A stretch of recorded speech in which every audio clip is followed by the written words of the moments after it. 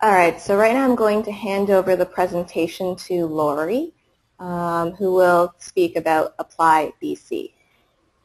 Hello everyone. Good morning or good afternoon depending on where you are. It's morning in Victoria, British Columbia.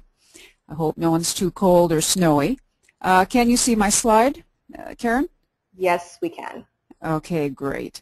I'm the manager of operations at BC Campus, and we're a service that provides many student services for the post-secondary system, the public post-secondary system in British Columbia, and one of those is ApplyBC, which is an online admissions application service.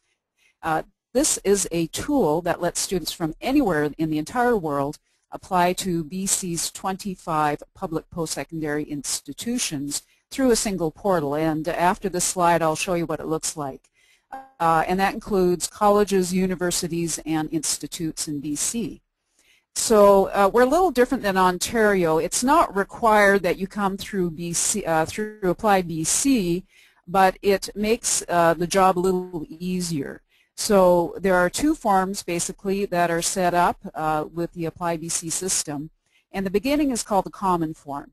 And what this does is it collects information that is common to admissions applications and then can be used and segues into the institutional form, the second half of the application process that's specific to that institution. So for example, your program, whether you're going to study part-time or full-time, which campus you're going to go to, etc.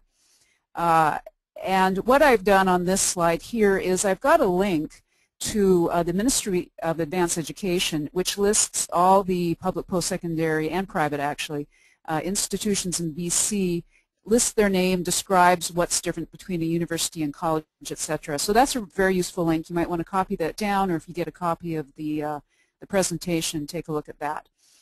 And here is the URL for ApplyBC, and I'm going to go to that now and just show you what it looks like. All right, now I'm just going to find that. There we go. So I've got an account set up in here, and I'll just go through each of the 6 pages. For anyone that has applied to an institution in BC before, we used to be called PASBC, which was the Post-Secondary Application Service of British Columbia. And earlier this year, there was a name change to ApplyBC, which kind of goes in line with Apply Alberta. And we've had some conversations with them. So here's the first page. This is the Pick a School page. And you'll notice at the bottom, that's where we put messages that the institutions have asked us to note. So, for example, SFU or Simon Fraser University wanted people to note they're accepting applications for fall and summer next year.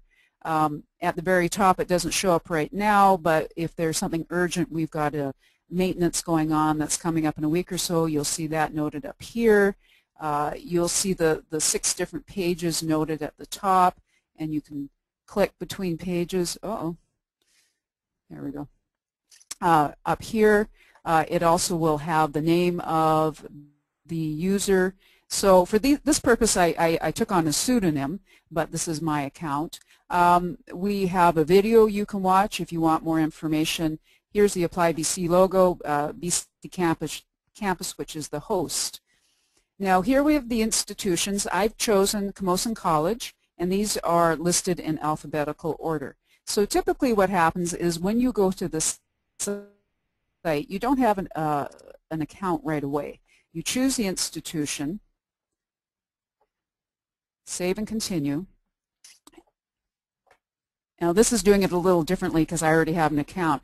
But what will typically happen is you'll fill in all of the personal information, and then when you save and continue, the system will create an account for you. And I don't have enough time to go through all that today, but you will see that happen. Fill out the information, title, your last name, first name, other given names or middle names, preferred name, etc., email, confirm your email, gender, date of birth, and language. And then the system will say, we've created an account. Here is your username and password. One thing I'll notice here, so if you're Canadian or a resident alien, it will you will fill in the social insurance number. We get that question a lot on our help desk. Is it required? No, it's not. It's only for people who are actually living in Canada. The third page is the citizenship page. If you choose any country other than Canada, so say the U.S., it will ask you what your status will be when you're in Canada and the date that that takes effect. You'll also notice as we go, beside each of these fields are little help pop-ups that will give additional information about that field in case you have a question. The fourth page is the contact information where you put in your street address, phone numbers, emergency contacts, etc. And then the fifth page is where you put your academic history. So you would enter the high schools you went to, and this particular form will take up to 3 high schools. So if you need to add a high school, you see I've got a couple of there, you would just click on Add a High School. All the high schools in British Columbia are listed in drop-down menus. However, because this application system accepts applications from anybody anywhere in the world, obviously the high schools won't be in those drop-down menus. So there are fields below where you can enter the name of the high school and the location. You're also asked for the dates that you attended. There's a from and a to. So if you're currently in high school, you would just put down the date that you anticipate graduating. So if it was 2012, you would put June 2012. Okay. I'm going to cancel because I'm not going to add another school. And then if you're an older applicant who has been to a post-secondary institution already, you can add up to 5 of those in this view. Here the drop-down menus list all of the post-secondary institutions in Canada, not just British Columbia.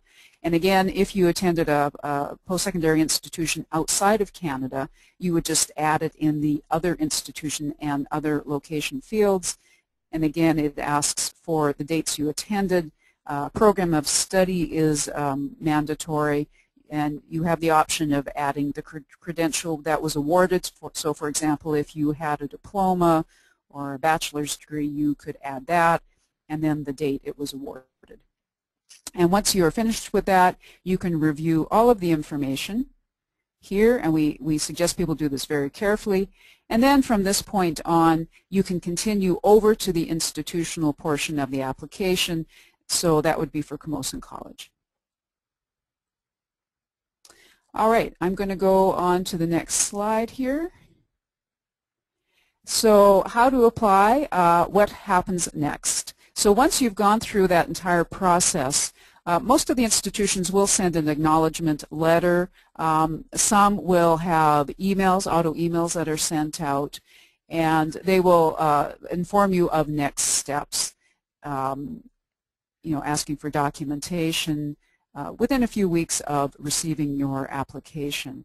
So for our system, we've got a couple of different types of systems that go. We have some schools where the institution form also sits in our system, and those institutions will then pick up the applications, and then we have more interaction with them because if there's a problem, then they talk to us.